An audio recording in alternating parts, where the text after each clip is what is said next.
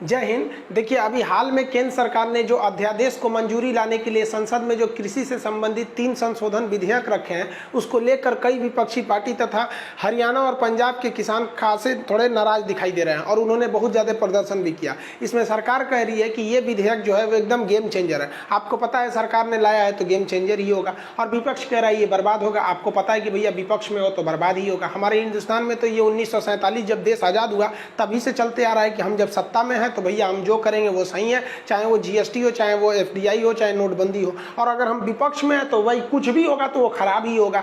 लेकिन आपको समझना है भैया ये सही है या गलत है। हर चीज़ की कुछ अच्छाइयाँ और खराबियाँ होती हैं, तो इसमें भी देखते हैं क्या इस विधेयक में अच्छाइयाँ हैं और क्या खराबी है और क्या जोड़ के और अच्छा किया जा सकता है। तो इसमें 3 विधेयक हैं, हम तीनों को अलग अलग करके समझते हैं। पहला जो विधेयक का नाम है उसका नाम है एसेंशियल कमोडिटी अमेंडमेंट बिल 2020 है, क्योंकि 2020 में संशोधन हुआ है।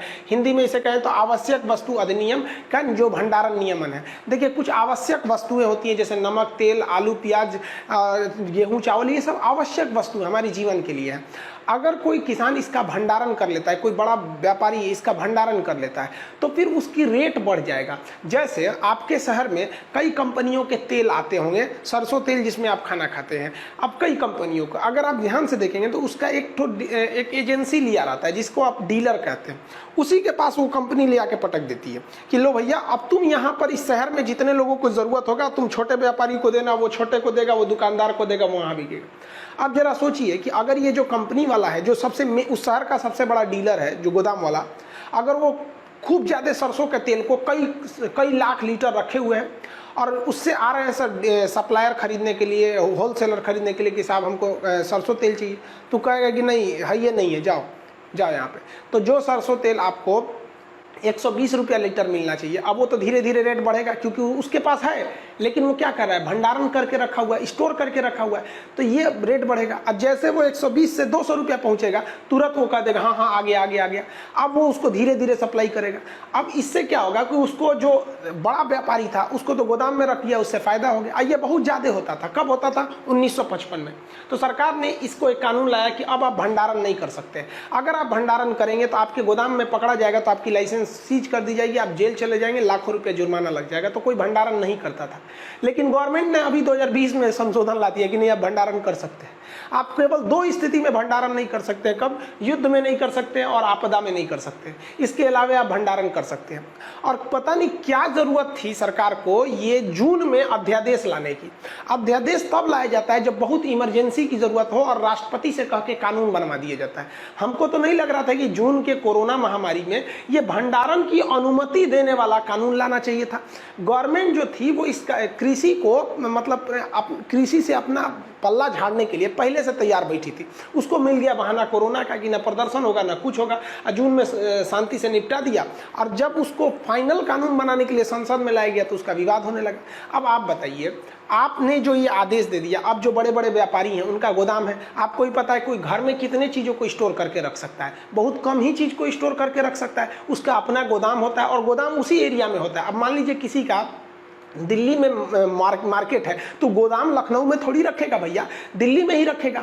अब उसने क्या किया है, सपोज कीजिए कि दिल्ली में वो किसी कंपनी किसी चीज़ का वो ले रखा है एजेंसी वगैरह। सपोज आपके यहाँ MDH मसाले और ये एवरेस्ट मसाला बहुत चलता है, उसने पूरे दिल्ली का उसके पास स्टॉक है, वो फैक्ट्री से उसी के पास आ रही है और उसने स्टोर करके रख लिया है। अब वो दे ही नहीं रहा है, कह रहा है कि भाई है नहीं है मेरे पास। पुलिस आएगी, गोदाम दिखाओ, तो कहेगा पगला गए का, मोदी जी 2020 में नियम लाए हैं, पढ़े नहीं है क्या एसेंशियल कमोडिटीज के लिए?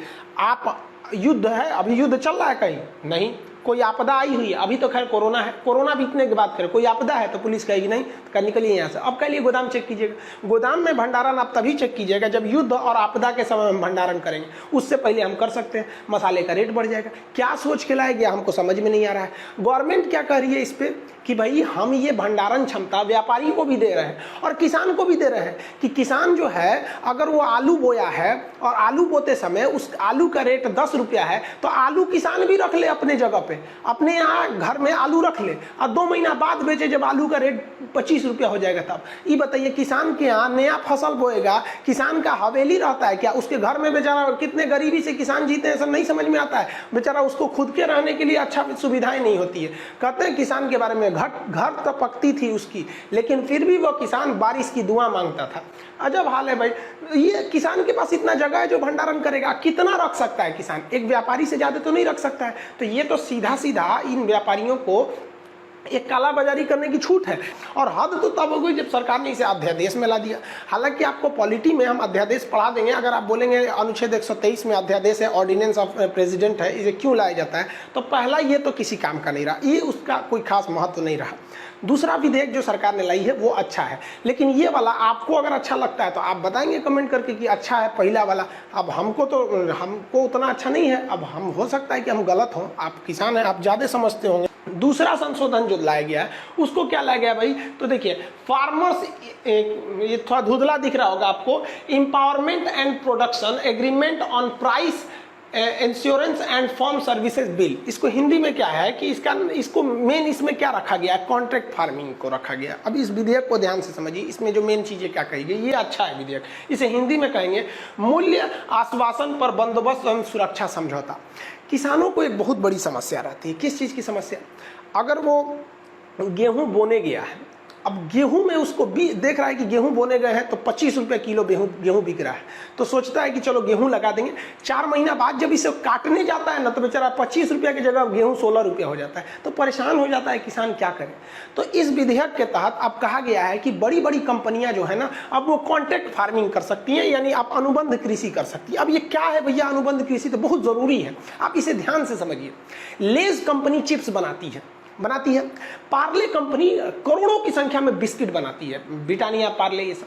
तो पार्ले कंपनी को गेहूं चाहिए, लेस कंपनी को क्या चाहिए, आलू चाहिए, लेकिन इन्हें आलू 2-4 किलो नहीं चाहिए। इसे थोड़ा मालगाड़ी बुक कर लेता है। ऐसा कौन सा गली मोहल्ला होगा जहां चिप्स नहीं बिकता होगा, लेस का या ब्रिटानिया पार्ले जी की बिस्किट नहीं होंगे? उन्हें इतनी गेहूं कहां से आएगी? इसका मतलब वो छोटे किसान से खरीद नहीं पाते हैं। अब जब वो खरीदने जाते हैं तो उन्हें गेहूं थोड़ा महंगा बिकता है, तो इसी में कॉन्ट्रैक्ट फार्मिंग कहा जाएगा। वो बड़ी बड़ी कंपनियां आएंगी और पूरा एक गांव है, जैसे मान लीजिए ये गांव है ना, इस गांव में देखिए ये खेत हीरालाल का है, ये अख्तर का हो गया, ये मिश्रा जी का हो गया, ये यादव जी का हो गया, ये शांति देवी का हो गया, ये किसी का हो गया, मान लीजिए ऐसे हो गया। यहाँ पर अलग अलग लोगों का खेत है। अब जो कंपनी है, मान लीजिए कि बिस्किट की कंपनी है पार्ले जी, उसको लगा कि हमको ना 10,000 मीट्रिक टन हमको गेहूँ चाहिए। अब वो अपने इंजीनियर को लाएगी और कहेगी देखो तो 10,000 मीट्रिक टन कितने एरिया में हो जाएगा, तो उसका इंजीनियर कहेगा ना आइडिया लगा के पूरा कि भैया इतना एरिया में अगर आप गेहूं बोआ लीजिए ना, पूरा गेहूं, तो इतना हमारी ज़रूरत पूरा हो जाएगा। तो कहेगा भैया इतना में तो बहुते आदमी का खेत है, तो वो जितना किसान है उस सबसे एग्रीमेंट कर लेगा। क्या कर लेगा? कॉन्ट्रैक्ट कर लेगा कि भैया देखो आप लोग इस एरिया में ना केवल गेहूं बो लो और कुछ नहीं, बस गेहूं बो। तो किसान कहेगा कि हमरा कौन सी मिलतो?